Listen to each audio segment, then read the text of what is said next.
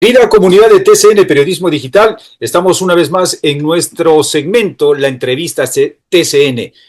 Como es de conocimiento público, la Casa de la Cultura Ecuatoriana en su sede nacional, pues tendrá en los próximos días su nuevo presidente. Este espacio, ya vamos a definirlo específicamente, este espacio colegiado, la figura jurídica que implica la designación de la nueva presidencia de la sede nacional de la denominada Casa de la Cultura Ecuatoriana en la ciudad de Quito.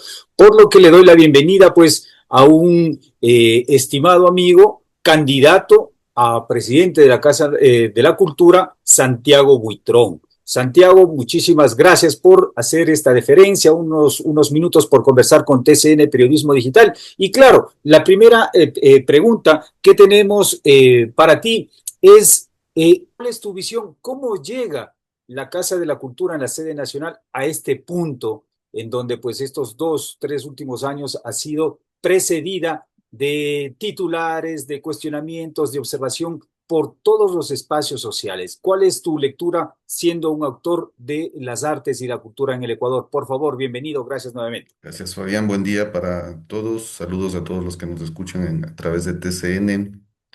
Pues bien, dentro de las varias entrevistas que he estado realizando, siempre recalco que para generar un plan de trabajo como uno propone para su ejercicio, siempre se parte de un diagnóstico y claro, de alguna manera tú has incidido en la percepción que se tiene. Pero aún así, parte de ese diagnóstico nos motiva a ser resilientes de tal manera que si bien hay una administración posiblemente cuestionable, este diagnóstico nos obliga a motivar una gestión transparente y democrática, una descentralización con presupuesto participativo, una inclusión de todas las voces culturales del Ecuador. Se requiere una modernización de su infraestructura y plataformas digitales. Y claro, podemos seguir dándole palo, entre comillas, a todo de la situación real en la que está la Casa de la Cultura. Y asimismo hemos propuesto también resolverlo, ¿no? Y ahí vamos a desarrollar un apoyo decidido a los creadores emergentes, una convocatoria, una capacidad de convocatoria real, porque hemos visto la participación totalmente reducida de los gestores que han ido a votar en estas votaciones provinciales, por ejemplo, y también una interacción apoyada con las funciones del Estado dentro de los ámbitos de competencia. Entonces estamos trabajando ya a partir de un diagnóstico, también trabajando en ciertos avances de la gestión. Perfecto. Antes de entrar un poco en la conversación, en la interrogancia respecto de tus propuestas en específico, sí quisiéramos insistir en estos temas. Es un tema de carácter más bien interno, de procesos de carácter institucional, de funcionamiento, de la ubicación histórica de lo que se denomina la Casa de la Cultura, o ha sido un entorno, el proceso de la pandemia, el proceso del cambio del horizonte del propio Estado, del Ecuador, el tema económico, el tema de seguridad. ¿Cuál es para tu visión, ese punto de que ha hecho de que estas últimas administraciones, tanto a nivel provincia, a nivel sede nacional, pues tenga una crisis en el proceso de administración y legitimidad institucional, por favor? Ya, a ver, hay antecedentes. Hemos conversado, y hablo de hemos porque tengo un equipo que me acompaña, con gestores un poco más antiguos, de mayor edad, y claro, mencionan la decadencia viene desde los 70s, 80s, otros mencionan que esa decadencia viene más o menos 16, 17 con la ley de cultura que está vigente.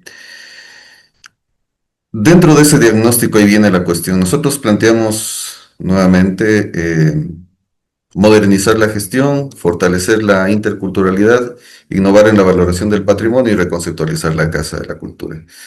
¿Por qué te cuento estos cuatro ejes? Porque nuestro enfoque está en el reseteo. porque ahí viene la cuestión, con eso te respondo. Históricamente tuvo un concepto la Casa de la Cultura y a través de los años no se ha ido actualizando, de tal manera que han habido administraciones observables y estoy seguro que todas necesitan una cierta evaluación más profunda, de tal manera que necesitamos resetear. En ese reseteo logramos reconceptualizar porque incluso nos hemos basado en encuestas donde vemos que la mayor percepción que se tiene es que la Casa de la Cultura es para artistas, que la Casa de la Cultura es para cineastas, que la Casa de la Cultura es para literatos, pero no es así. La Casa de la Cultura es la Casa de la Cultura. La Casa de la Cultura tiene que servir absolutamente a toda la ciudadanía porque todos hacemos cultura. Entonces, esa reconceptualización es necesaria para promover procesos de información donde todos entendamos el rol, el acompañamiento y el protagonismo que tiene la cultura a través de esta institución. Muy bien, perfecto. Hemos tenido alguna lectura de tu propuesta, de tu programa. Acaba de pasar también unas horas, unos días ya, el denominado debate. Y en ese sentido, sí quisiéramos rescatar tu figura como un profesional de la antropología, de la cultura. Y en ese sentido, quisiéramos preguntarte, tú enmarcas ahí una figura que la denominas proyecciones internacionales. ¿Hay condiciones en este momento para resetear, como tú planteas, y también darle proyecciones internacionales tanto a la cultura ecuatoriana, a las artes y a la propia institución? Claro, las condiciones están totalmente potenciales. Puntualizo, yo soy doctor en patrimonio, de pronto ahí están incluidos todos los procesos sociológicos o antropológicos, pero también a través de ese ejercicio he logrado hacer investigaciones, hacer enlaces, hacer producciones a niveles de otros países, hablando de que lo que te comentaba hace un momento, no es solamente arte y creación, la cultura va mucho más allá más allá de todo. Entonces, tengo esa experticia y enlaces a nivel internacional en lo que es creación, en lo que es innovación, en lo que es producción escénica, y ya hemos hecho avances. Es un momento sumamente potencial. Dentro de esa experiencia he trabajado con la UNESCO, he trabajado con el Banco Mundial, líneas de educación, de formación, de patrimonio, de comunicación. Entonces, ya tenemos esos avances. Ecuador hay que hacerle una marca país. Y ese es uno de los valores agregados de nuestro plan de trabajo, porque esa visión, claro, puede estar en el papelito sentado, pero ya tengo avances. Pueden revisar mi experiencia, está en mis redes sociales. Yo ya tengo esos acercamientos donde a la cultura del Ecuador se le puede internacionalizar mucho más de lo que ya se ha trabajado a través de pronto de ministerios como el de turismo, que ha generado cierto movimiento cultural, pero para eso está la casa puede generar muchas cosas más. Hay un ejemplo, yo hago dos congresos al año, uno que se llama Ñucanchihambi y otro que se llama Runamashka. Precisamente ahora en septiembre por Koya Raimi vamos a hacer el Ñucanchihambi en Atuntaki y ya vamos a traer exponentes desde otros países y eso nos permite visibilizarnos en otros países. Entonces, siempre estoy yo circulando experiencias interculturales, internacionales, que potencian todo este valor de la cultura ecuatoriana. Desde luego que sí.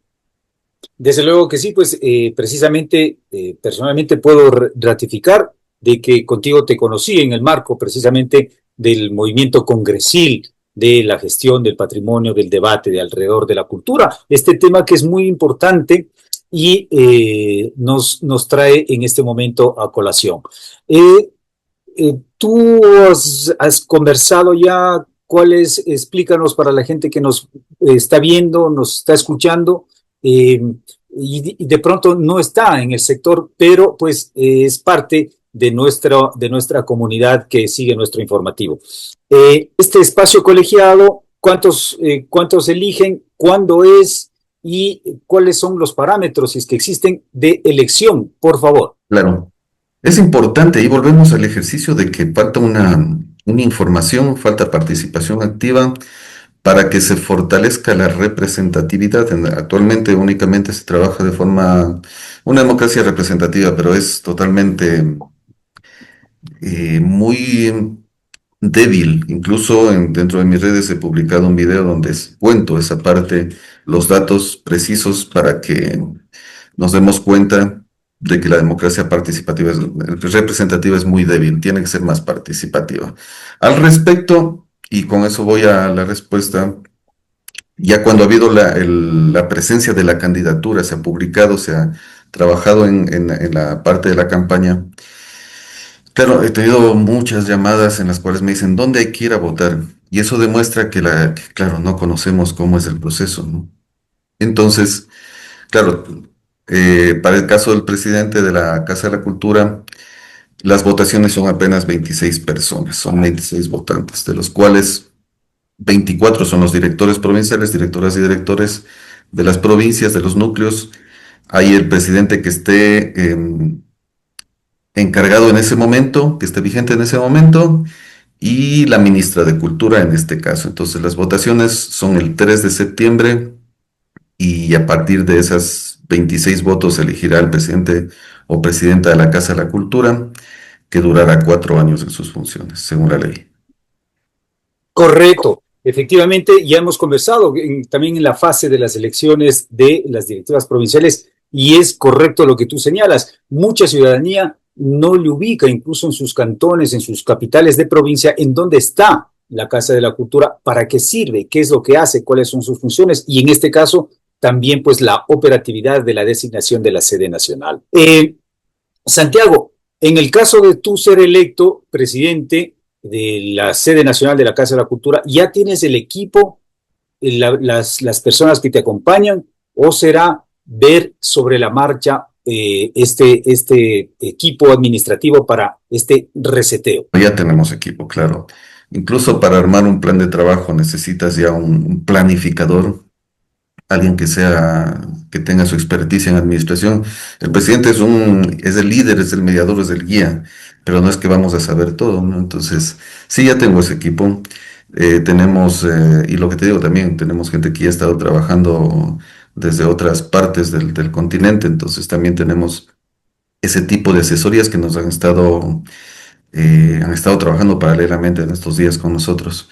Y lo importante de este equipo también es que tienen mucha experiencia, no solamente en el ejercicio de gestión dentro del país, sino también, reitero, fuera del país.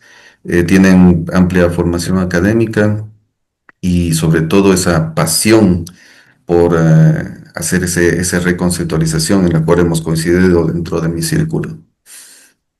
Y dentro de ese equipo que tú señalas, de ese grupo, de ese conglomerado de profesionales que te acompañan, ¿cuál es la moral que tienen en este momento, horas previas de las elecciones? ¿Cuál es el balance que sacan de la campaña? Fue una campaña que se entrecortó en un momento determinado por un tema de carácter judicial. Han hecho un proceso de visita a las provincias. Cuéntanos algún detalle de esa del estado moral de la carpa interna en esta batalla, si es que se puede poner la metáfora, por favor. Sí, a ver, claro, también recalco la experiencia política y como asesores políticos incluso. Bueno, como moral más he estado pensando, bueno, la estrategia es diaria. Alguna vez comentábamos al inicio, si es que no hay opciones de ganar, mejor no nos metamos. Entonces, la idea es trabajar y dejar muy claro el hecho de que nuestro plan de trabajo es el mejor porque está conceptualizado a partir de experiencias locales, regionales y globales, de tal manera que el ejercicio político como tal es único, hablando de la Casa de la Cultura. De pronto hubo una interrupción, hubo unas medidas cautelares y todo lo que le ha dado ese matiz de irregular a estas elecciones.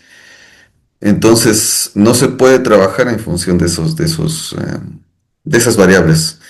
El ejercicio tiene que ser un trabajo diario con ese ánimo y con esa visión de que se va a llegar al objetivo. Entonces, Así estamos trabajando. Más tardecito tendré una reunión con el equipo y haremos una nueva evaluación, esperando de que hoy demos las últimas puntadas de esa red que queremos tejer a través del concepto nodular también que le damos a la Casa de la Cultura. Perfecto.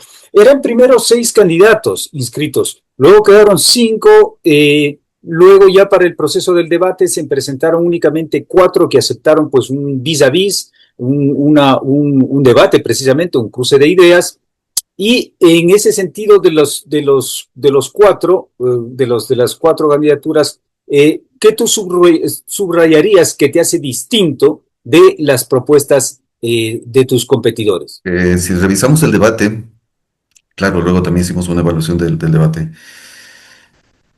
Mi propuesta es la única, bueno, voy a hablar en primera persona. Yo fui el único que planteó cosas concretas.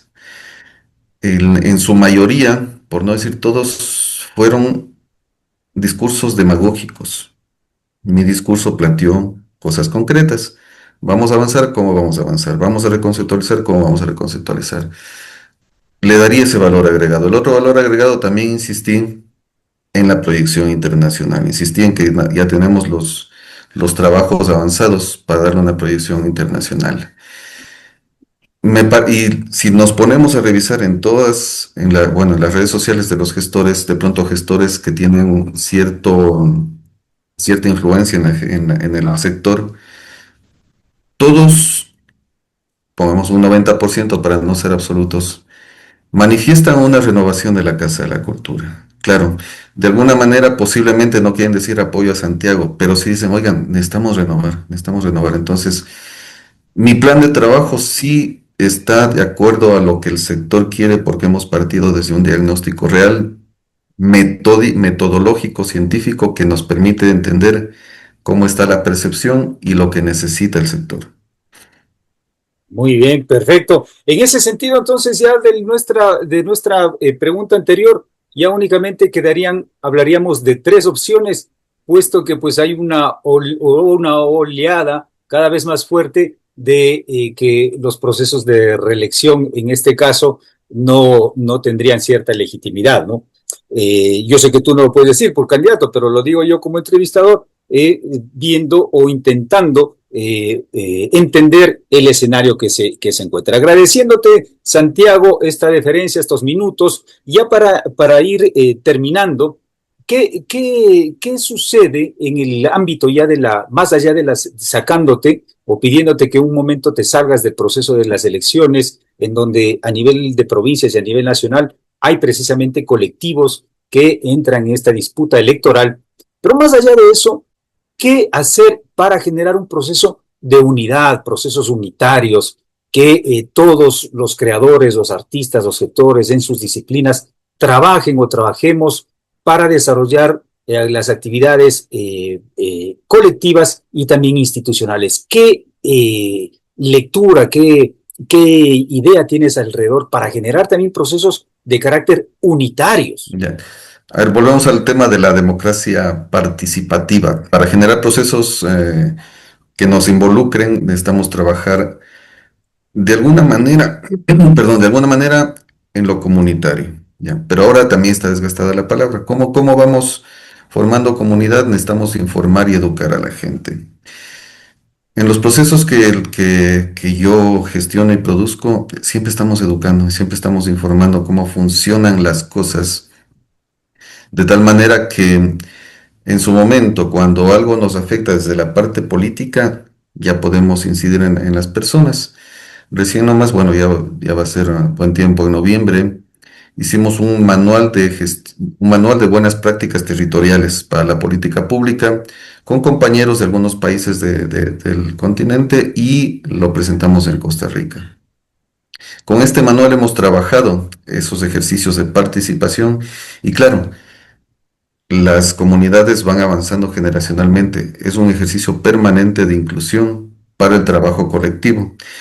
Si nos ponemos a ver en la Casa de la Cultura, y voy a ser muy crítico en eso, no se trabaja ese tipo de situaciones. Y si nos vemos cómo han sido las elecciones del 2017, del 21 y las de ahora, no existe participación porque no existe información, las asambleas son mínimas, no existe asamblea técnicamente, entonces ese proceso tiene que ser sumamente, uno, responsables de la misma casa porque si hubiera un poco de conciencia, diríamos, oigan, eduquemos. De aquí al 29, las próximas elecciones, necesitamos una convocatoria de un 60% o algo así, no un casi 10% que hubo esta vez.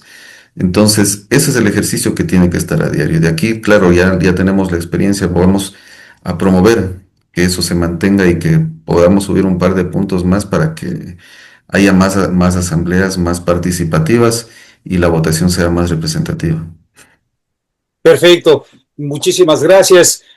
Santiago Buitrón, en la entrevista TCN, nosotros hemos hecho el esfuerzo por también entrevistar a la mayor cantidad o a todos los candidatos para la presidencia de la sede nacional y también de las provincias en este acompañamiento de esta institución muy importante para el sector. Y finalmente, pues Santiago, obviamente, ¿qué les dices tú a los electores de este próximo 3 de septiembre, a la gente que te ha acompañado, a tu equipo, al cierre ya de este proceso, de esta experiencia también de carácter personal, institucional y del colectivo? Lo que ya les he comentado a los votantes, somos un grupo pequeño de 27 personas, ¿no? Bueno, 26 más los candidatos y candidata.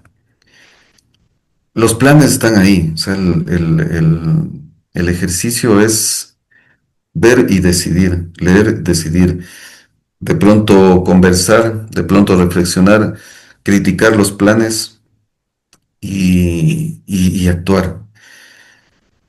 Motivo, y bueno, eso ayudó bastante. Publicamos un video donde motivábamos que la participación sea matizada a través de las asambleas o a través del directorio. Y en algunas provincias hemos visto que se ha hecho caso y están convocando a sus directorios. Hasta el 2021, únicamente el director o directora decidía de manera unipersonal por quién votaba en este círculo pequeño de elección del presidente.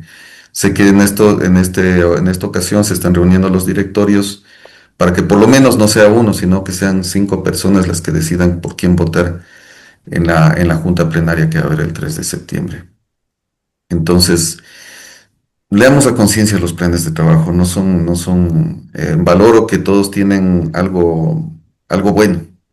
En el caso, por ser el mío, digo que es el mejor y ya he explicado las razones, es construido a través de un ejercicio continental y, y eso que nos permita también planificar, ¿no? Que nos permita comprometernos y darnos cuenta que en verdad, o sea, necesitamos una renovación, necesitamos ese reseteo, la reconceptualización y, y también que eso nos comprometa a que desde el 3 de septiembre mismo ya empecemos a promocionar, a difundir y a publicar la manera en la que podemos hacerle más participativa a la Casa de la Cultura, entendiendo que la Casa tiene un potencial tremendo al estar territorialmente presente en todo el país y que tiene actualmente una bajísima injerencia cultural que puede ser mucho más potencializada. Entonces, ese sería el ejercicio y de pronto me largo un poquito más.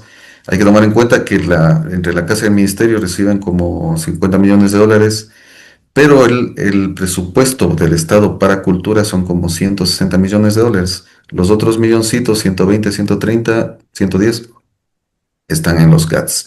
Necesitamos trabajar vinculadamente con los gobiernos autónomos. Somos la institución que promueve, difunde y hace circular la cultura en el país, entonces necesitamos ese ejercicio político también, que también la casa está desvinculada de eso. Necesitamos renovarnos y resetearnos. Desde luego que sí, el proceso de unidad se expresa pues en el tema del manejo de los recursos, ¿no? Ahí vemos si es que estamos unidos o no estamos unidos. Muchísimas gracias. Estas elecciones serán precisamente en una junta plenaria, 26 electores, este próximo 3 de septiembre. TCN Periodismo Digital estará atento de los resultados. Véanlo por nuestra página web y nuestras redes sociales. Santiago Buitrón, éxito, suerte como todos los candidatos que hemos logrado entrevistar y pues será hasta una próxima oportunidad. Gracias, Fabián. Gracias, TCN. Un abrazo.